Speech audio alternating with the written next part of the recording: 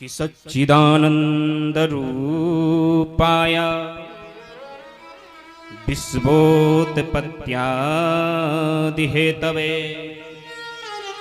तापत्र्य विनाशाय श्री कृष्णाय वयं नमः। बड़ा सुंदर मंगल में मंगलाचरण किया वेदव्यासी ने। अच्छा, इस मंगल में मंगलाचरण में भगवान का परिचय बताया गया है। क्या बताया गया है? परिचय। और परिचय जानने के लिए तीन बातों का विशेष पूछा जाता है। कई छोरी को पिता छोरा को देखबे को जावे है ना, तो वो तीन ही बातों को पूछता है कि कौन कौन सी। बोले छोरा है कैसो, गोरो है, कारो है, भूरो है या साबरो है कैसा छोरा, पूछता है या नहीं? हाँ। और छोरा कछु काम धाम करे या ऐसी ठल्लू राम की तरह घूमता रहे। कभी ऐसा ना मैं अपनी बेटी को ब्याह दूं, अब बेचारी भूखी मरी रहे पूरे दिन। और छोरा का स्वभाव कैसा है, क्रोधी तो नहीं है ज्यादा। कभी ऐसा ना मेरी बेटी ने कुछ कह दिया तो पत्थर उठा करके मारा है, या कुछ गोलगप्पे मांग लिए तो कहने लगे अरे पैसा खर्च मत करे ज्यादा। हाँ, कहीं लालची तो नहीं है। तो यही तीन प्रश्न भगवान पर मैच है रहे प्यारे। क्या है रहे? सूट कर रहे हैं। बोले भगवान है कैसे, भगवान करते क्या हैं, और भगवान को स्वभाव कैसा है। अच्छा, भगवान है कैसे? बोले सच्चिदानंद रूपाय। बोले भगवान जो सच्चिदानंद है। अच्छा, ये सच्चिदानंद क्यों कहा और सच्चिदानंद कैसे बना? देखिए, सच्चिदानंद में तीन शब्द मिले हुए हैं। क्या मिले हुए हैं? प्यारे भक्तों थोड़ी मेरी तरफ देखो। तीन शब्द मिले हुए हैं। क्या क्या? बोले सत प्लस चित और प्लस आनंद। इन तीनों को मिलाकर के क्या बना? सच्चिदानंद। तो सत्य क्या है? अब यहां तीन प्रश्न उठते हैं। सत्य है क्या, चित्त क्या है, और ये आनंद क्या है? पहला, सत्य का मतलब है जिसकी सत्ता तीनों कालों में रहे। समझ गए? जो पहले भी था, आज भी है और आने वाले समय में भी रहेगा। हम कल नहीं थे, आज हैं, लेकिन आने वाले समय में कछु पतो ना है ना।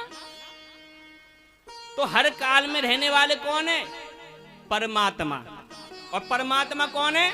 सत्य। और मेरे प्यारे भक्तों, इस सत्य की इतनी बड़ी विशेषता है, इतनी बड़ी विशेषता है कि कोई व्यक्ति झूठ बोलता है ना, अगर झूठ भी बोलता है ना तो सत्य के नाम पर बोलता है। तुम चले गए साड़ी वाले की दुकान पे, काय की दुकान पे, भैया कितने की दई है? भाभी जी 1000 रुपया की है। ए भैया थोड़ा सा कम कर लें ना। भाभी जी इतने की तो मुझे पड़ी ना जितने में तुम्हें दे रहा हूं। Which possible? नॉट पॉसिबल मेरे प्यारे। अबे दिल्ली जावे को कोई लेने सामान 80 रुपए की कोई लेकर आ तो 80 में थोड़ी बेचेगा। दुकान को किराया देना, बिजली को बिल देना है, हैं? 1-2 रुपया तो वो भी खावेगा या ना। लेकिन झूठ बोल रहा है किस बात पर? सत्य के नाम पर। भाभी जी इतने में तो पड़ी ना, मैं तुम्हें सच बता रहा हूं बिल्कुल। केवल किसके नाम पर बोल रहा? सत्य के नाम पर। इतनी बड़ी विशेषता है सत्य की। और देखिए, कटघरे में मुस्लिम खड़ो हो जावे, वाते कहे भैया गीता पे हाथ रख के कसम खा, तो क्या खावे? कसम कैसे? बोले गीता पे हाथ रख के कसम खा रहा हूं, जो भी कहूंगो सच कहूंगो, सच के सिवा कछु ना कहूंगो। और कहवे का है? सच बोलेगा ना। तो सद की इतनी बड़ी विशेषता है। क्या कहा? बोले कलियुग केवल नाम आधारा, सुमिर सुमिर नर उतरई पारा। बोले कलयुग में केवल, पहले भी भगवान का नाम सत्य था, आज भी है और आने वाले समय में भी रहेगा। असत्य क्या है? जो हम यहाँ बैठे पहले नहीं थे, आज हैं, लेकिन आने वाले समय में ना रहेंगे। तो क्या सत्य है? बोले भगवान को नाम ही सत्य है। दूसरा था प्रश्न चित्त। चित्त क्या है? देखिए, चित्त का मतलब है वास्तविक ज्ञान। क्या है? ज्ञान।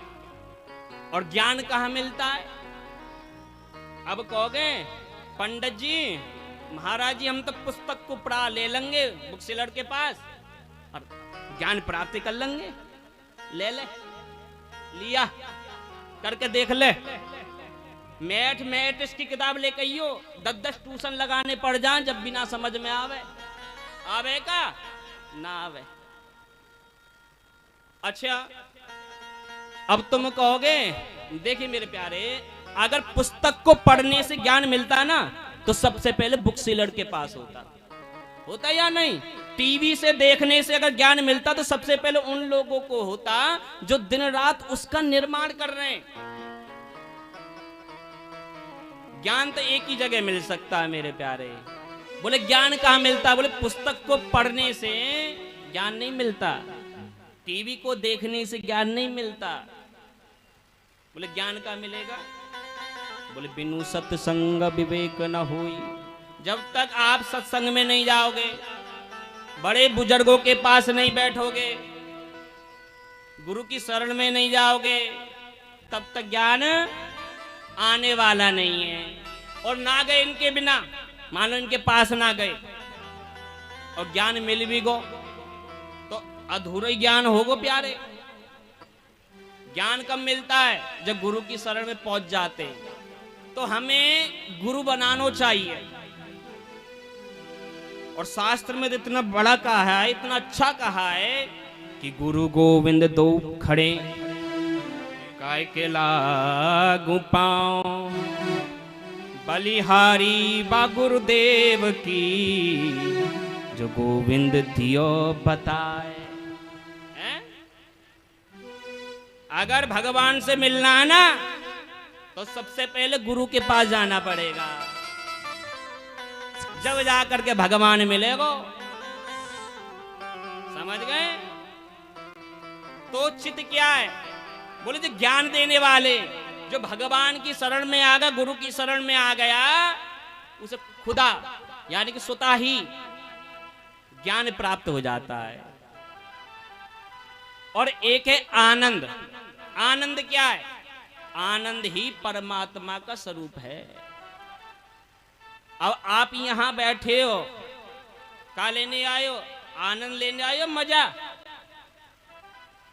आनंद मजा तो और जगह मिलेगा, मूवी में चले जाओ वहां मिलेगा, और कहीं चले जाओ पिकनिक करने वहां मिलेगा, लेकिन आनंद का मिलेगा यहाँ।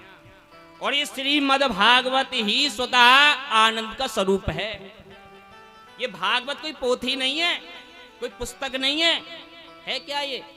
बोले ये श्री कृष्ण जी का विग्रह रूप है। तो सच्चित आनंद, सच्चिदानंद